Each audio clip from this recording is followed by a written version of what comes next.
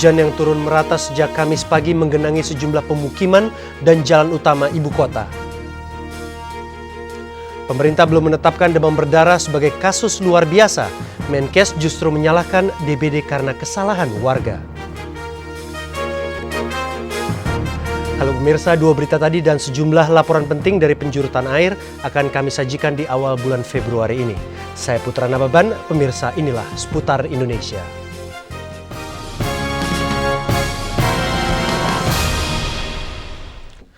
Hujan deras yang mengguyur ibu kota sepanjang hari Kamis mengakibatkan sejumlah ruas jalan tergenang air, termasuk jalan protokol hingga menyebabkan kemacetan cukup parah.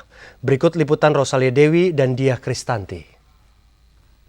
Pemirsa, hujan yang mengguyur kota Jakarta sejak semalam mengakibatkan banjir yang luar biasa dan sejumlah jalan akibatnya tergenang banjir. Di antaranya tempat saya berada saat ini yakni di Jalan Wahid Hasyim, Jakarta Pusat. Sejumlah kendaraan yang nekat melintasi jalan ini akhirnya harus didorong karena mengalami mogok. Dan pantauan kami di beberapa ruas jalan di Jakarta juga mengalami kemacetan yang luar biasa, di antaranya di Jalan Medan Merdeka Barat, Jalan Sudirman, Jalan Tamrin, dan di daerah Tanah Abang, Jakarta Pusat. Polisi juga tampak kesulitan mengatur lalu lintas. Kemacetan kami pantau bahkan mencapai sekitar 4 km. Waktu tempuh yang biasanya hanya diperlukan sekitar 15 menit dari arah Medan Merdeka sampai ke Bundaran HI, kini memakan waktu 1 jam lebih. Dari Jakarta, Rosalia Dewi dan Diah Kristanti melaporkan. Pemirsa, hujan yang turun di Jakarta hingga siang tadi menyebabkan banjir dan kemacetan di sejumlah daerah dan jalan protokol di Jakarta Barat. Di kawasan Kepaduri, ketinggian air mencapai setengah meter. Genangan air merepotkan pengendara sepeda motor yang ingin melintas di sisi Sungai Sekretaris ini. Kawasan mewah pun tak luput dari banjir. Di depan sebuah apartemen di Jalan Tanjung Duren, Jakarta Barat, air tergenang hingga 30 cm. Genangan air memaksa kendaraan yang melintas mengurangi kecepatan. Di mulut Jalan Tanjung Duren, banyak kendaraan khusus sepeda motor yang mogok. Banjir juga mengakibatkan kemacetan di Jalan Protokol S. Parman. Pengguna jalan memanfaatkan jalur busway sehingga menyebabkan lalu lintas busway tersendat. Dan pemirsa, banjir juga terjadi di wilayah Kampung Pulo, Jatinegara, Jakarta Timur. Sebagian warga terpaksa mengungsi akibat banjir sejak siang hari. Pemukiman penduduk di Kampung Pulo, Jatinegara, Jakarta Timur sejak siang tadi kembali kebanjiran. Air Sungai Ciliwung yang berada di dekat pemukiman ini meluap setelah Jakarta diguyur hujan sepanjang Kamis.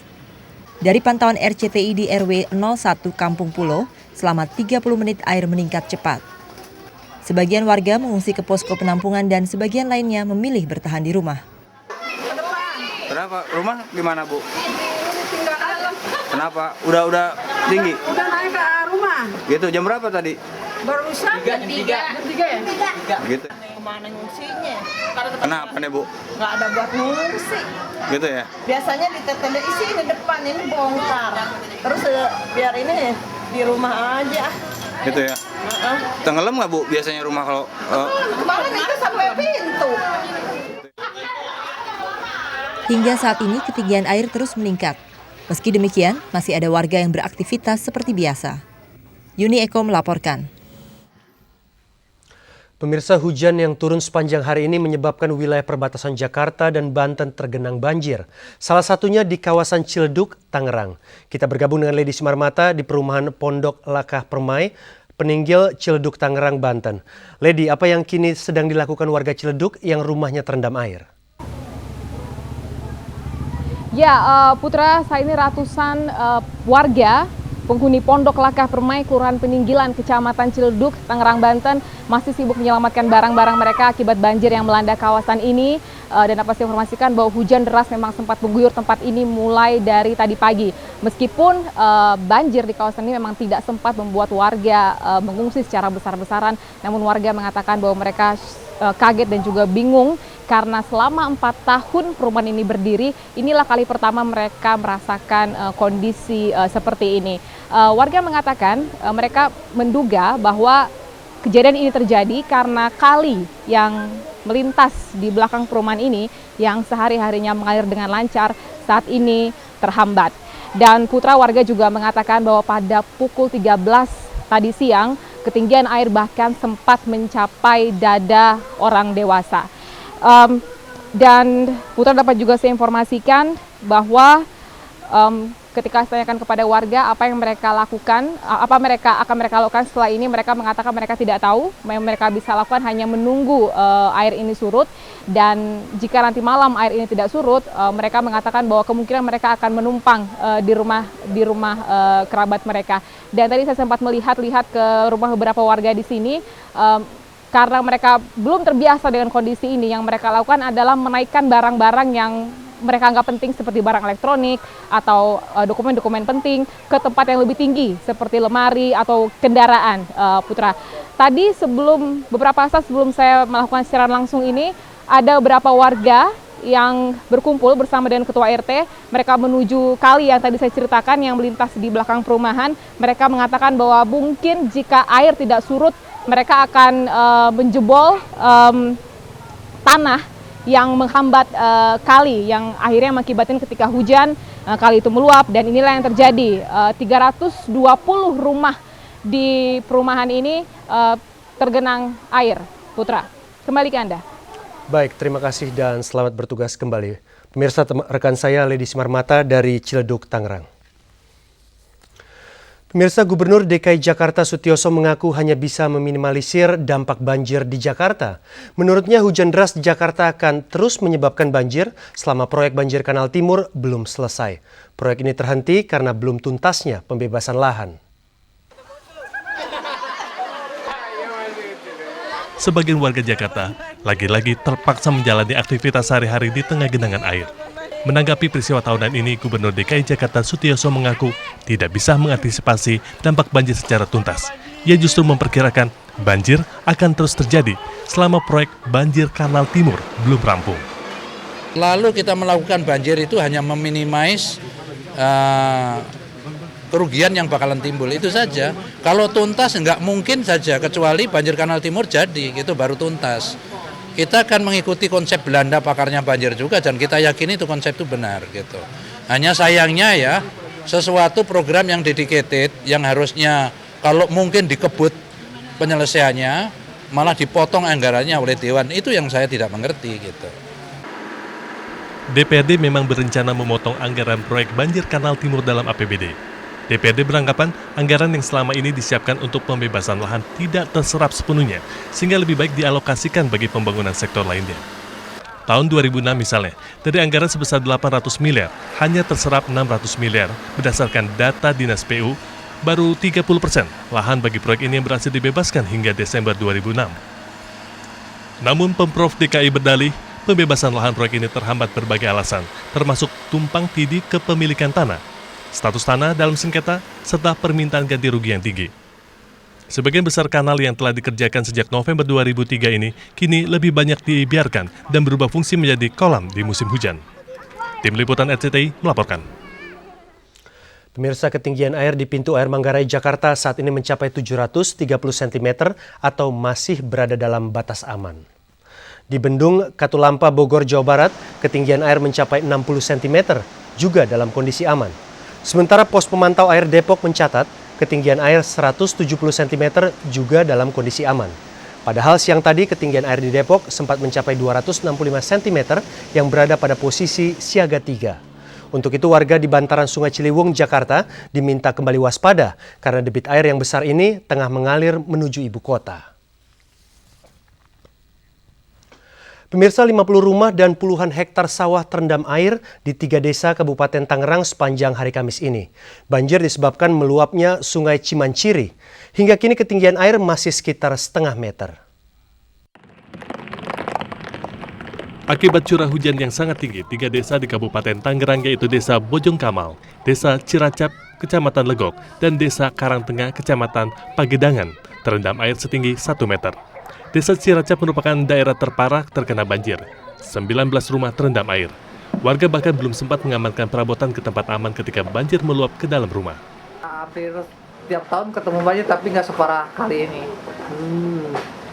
Ada upaya pemerintah nggak, Pak? Udah? Ya alhamdulillah masalah bantuan-bantuan udah tiba ke lokasi.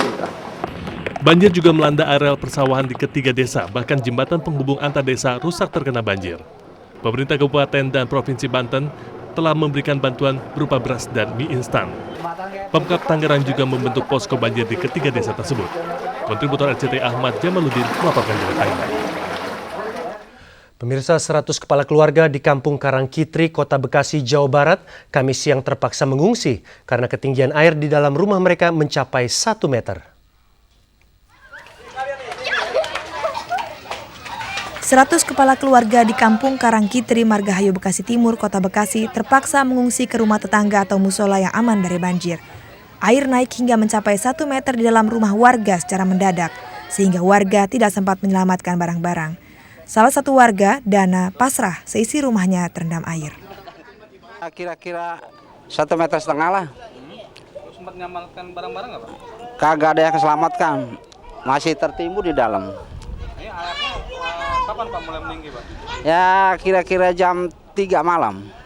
Bapak tuh nggak penyebab? Untuk memenuhi kebutuhan pengungsi banjir, warga Kampung Karangkitri membuat dapur umum. Warga berharap Pemda Kota Bekasi segera memberikan bantuan.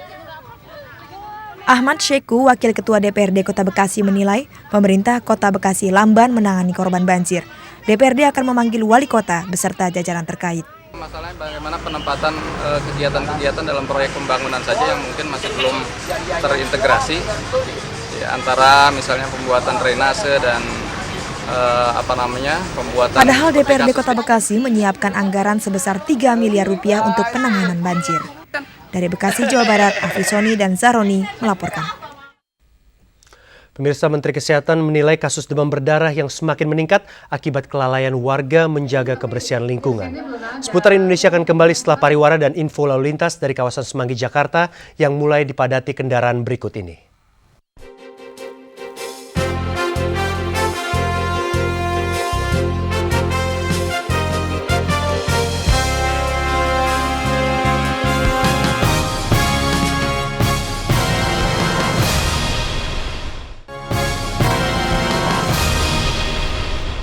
Pemirsa, seorang balita berusia 2 tahun warga Cilegon, Banten meninggal dunia akibat penyakit demam berdarah. Ia merupakan korban meninggal yang ketiga di Cilegon. Tidak ada lagi gelak tawa Agim Putra Prawira yang biasa meramaikan rumah yang terletak di Kampung Gudang, Jombang Wetan, Cilegon, Banten ini. Putra ke-9 pasangan Elis dan John Ariful yang berusia 2 tahun ini meninggal dunia hari Rabu siang setelah dirawat selama 1 hari di RSUD Cilegon karena menderita demam berdarah. Demam berdarah yang diderita Agim baru terdeteksi sehari sebelum meninggal. Padahal sebelumnya Agim telah menjalani 2 kali pemeriksaan di RSUD Cilegon.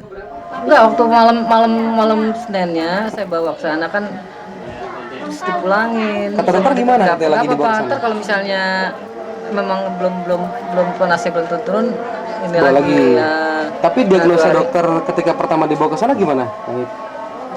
Dia bilang sih ya, dipulangnya demam biasa aja, artinya nggak bilang itu demam berdarah, padahal dia udah tahu itunya kan turun itunya termositnya. Tapi kenapa nggak langsung dibilang ini demam berdarah gitu, nggak cepet tanggap gitu, apa dia nggak ngerti apa. Keluarga menduga Agim tertular demam berdarah dari nyamuk yang bersarang di sumur yang terletak di dalam rumah mereka. RSUD Cilegon kini merawat 17 orang pasien demam berdarah, 3 diantaranya meninggal dunia termasuk Agim Putra Prawira. Kontributor RCTI melaporkan.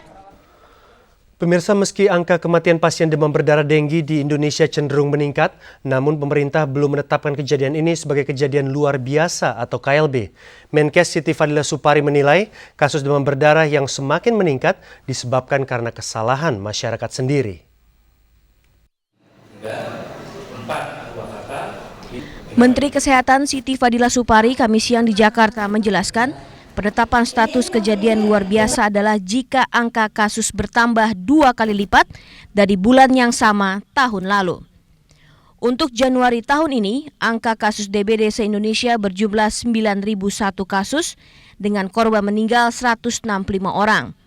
Sementara jumlah Januari tahun 2006 sebesar 18.542 kasus dengan 188 orang meninggal dunia. Satu-satunya cara mengatasi penyakit DBD adalah dengan membasmi jentik-jentik nyamuk dengan program pembasmian sarang nyamuk diantaranya 3M, menguras, membersihkan, dan mengubur. Menkes menilai kurangnya peran serta masyarakat dalam menjalani program pemerintah membuat kasus demam berdarah terus merebak di tanah air. Sampai saya terbang ke Kuba hanya pengen melihat dari dekat kenapa mereka kok sukses, dan ternyata sama persis dengan kita tuh. Poin-poinnya, gerakannya, cuman mereka masyarakatnya betul-betul bergerak dan daerahnya lebih gampang dicapai. Untuk mencegah terjadinya syok pada penderita DBD, disarankan untuk mengkonsumsi banyak cairan dan segera membawa penderita ke rumah sakit jika mengalami demam tinggi. Betul, jadi sebetulnya nggak usah capek kita, minum apapun sebanyak mungkin, sebisanya anak itu. Untuk trombosit ya? Kapan itu? Itu tadi harus ada perdarahan dulu. Kalau nggak ada perdarahan, ya nggak usah, ngapain? Karena tidak perlu. Kita diemin saja, dia akan baik sendiri. Anda bisa bayangkan, tadi berapa jumlah kasusnya? 8.000 sekian, yang mati berapa? 140 sekian. Nah yang lain gimana? Itu bukan. DBD sudah ada di Indonesia sejak 38 tahun lalu dan jumlah penderitanya terus meningkat. Provinsi dengan jumlah penderita DBD tertinggi adalah Jakarta, Jawa Timur, Jawa Barat, Jawa Tengah, dan Sulawesi Selatan. Amalia Kartika dan Ferry Insan melaporkan.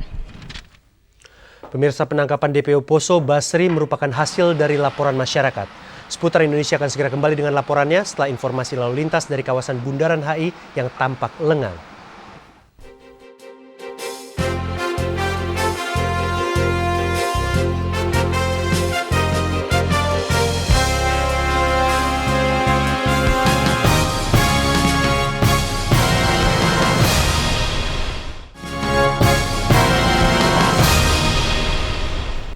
Pemirsa, 2 DPO kerusuhan Poso, Ardin dan Basri ditangkap pukul 9 WITA pagi tadi di tempat persembunyiannya di Kelurahan Kayamanya, Poso Kota. Sedangkan 1 DPO lainnya, Yudi Parsan, menyerahkan diri. 2 DPO kasus kerusuhan Poso, Basri dan Yudi Parsan dibawa ke Mapolda Sulawesi Tengah dalam pengawalan ketat aparat kepolisian untuk menjalani pemeriksaan Kamis sore. Sementara Ardin alias Rozak yang tertembak di bagian perut langsung dibawa ke Rumah Sakit Bayangkara dikawal ketat aparat polisi. Ardin tertembak karena melakukan perlawanan dalam penangkapan Kamis pagi. Pada penggerebekan DPO 22 Januari lalu, Basri tertembak pada bagian perutnya namun berhasil meloloskan diri dari kepungan aparat kepolisian. Menurut Kabid Humas Polda Sulteng, AKBP Muhammad Kilat, Basri adalah tokoh kunci di belakang aksi kerusuhan Poso. Diharapkan dengan tertangkapnya Basri, kasus kekerasan bisa berakhir. Dengan tertangkapnya 3 DPO ini, jumlah DPO yang masih dalam pengejaran aparat kepolisian 13 orang. Pihak Polda Sulawesi Tengah masih memberi kesempatan bagi DPO untuk segera menyerahkan diri. Ahmad Ali dan Upinyong melaporkan dari Palu, Sulawesi Tengah. Pemirsa, Kapolri Jenderal Polisi Sutanto mengatakan penangkapan Basri yang selama ini dianggap sebagai otak komplotan pelaku kerusuhan di Poso adalah atas informasi masyarakat. Kapolri berharap kaki tangan Basri yang selama ini bersembunyi segera menyerahkan diri. Mabes Polri akan terus melakukan pengejaran para DPO dan tidak akan menarik pasukan Densus 88 hingga kondisi Poso benar-benar kondusif. Lalu kemarin kan ada yang menyerah 2 orang gitu ya. Kita harapkan ya menyerah gitu ya. Mereka yang mengantaran ada yang takut dengan Basri kan diancam segala macam. Dengan Basri sudah tertangkap, ya kami harapkan kita harapkan semuanya yang sisanya dengan kesadaran bisa merasakan diri gitu ya. Ini kan Pemirsa, tim independen investigasi haji menilai kelaparan yang menimpa ratusan jemaah haji saat menunaikan ibadah haji di Saudi Arabia Desember lalu tak terkait dengan kegagalan perusahaan catering ANA. Hasil investigasi mendapati hanya sebagian jemaah haji yang kelaparan, sementara yang lainnya tidak masalah. Usai bertemu Presiden Susilo Bambang Yudhoyono, tim investigasi haji yang diketuai Toha Hasan menyatakan tim menemukan fakta adanya kegagalan perusahaan catering ANA akibat hambatan dari muasasah. Tolha mengatakan masalah haji bukan persoalan Departemen Agama. Timnya mengusulkan ada pembahasan antara menteri terkait untuk melobi pemerintah Saudi Arabia menyelesaikan berbagai masalah haji. Pemirsa, tahun ini disiapkan 40 juta vaksin virus flu burung bagi unggas. Kami akan segera kembali setelah informasi lalu lintas dari Tol Kebonjeruk, Jakarta Barat.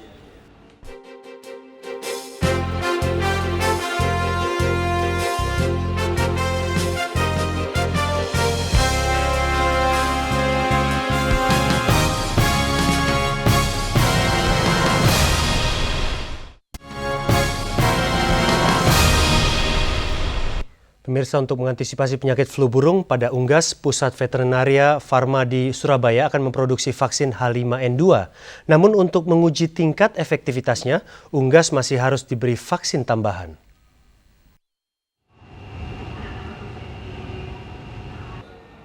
Pusat Veterinaria Farma di Surabaya akan memproduksi vaksin H5N2 untuk mengantisipasi penyakit flu burung pada unggas. Vaksin ini merupakan pengganti vaksin H5N1 yang akan dilarang pemakaiannya. Kita akan memproduksi vaksin avian influenza ini yang jenis H5N2 sebanyak 40 juta dosis untuk tahun 2007 ini untuk antisipasi atau kontribusi dalam pemberantasan penyakit avian influenza. Vaksin H5N1 sudah dilarang diproduksi di Pusat Veterinaria Farma Pusvetma oleh pemerintah karena dalam proses pembuatannya sangat membahayakan manusia. Untuk memastikan vaksin ini bekerja dengan baik, Unggas masih perlu diberi vaksin tambahan. Produksi vaksin H5N2 dari Pusvetma nantinya langsung diserahkan pada Dinas Kesehatan Hewan Jawa Timur untuk diberikan kepada seluruh unggas. Tim Liputan RCTI Surabaya melaporkan. Laporan tadi sekaligus menutup jumpa kita kali ini. Saya Putra Nababan, terima kasih dan sampai jumpa.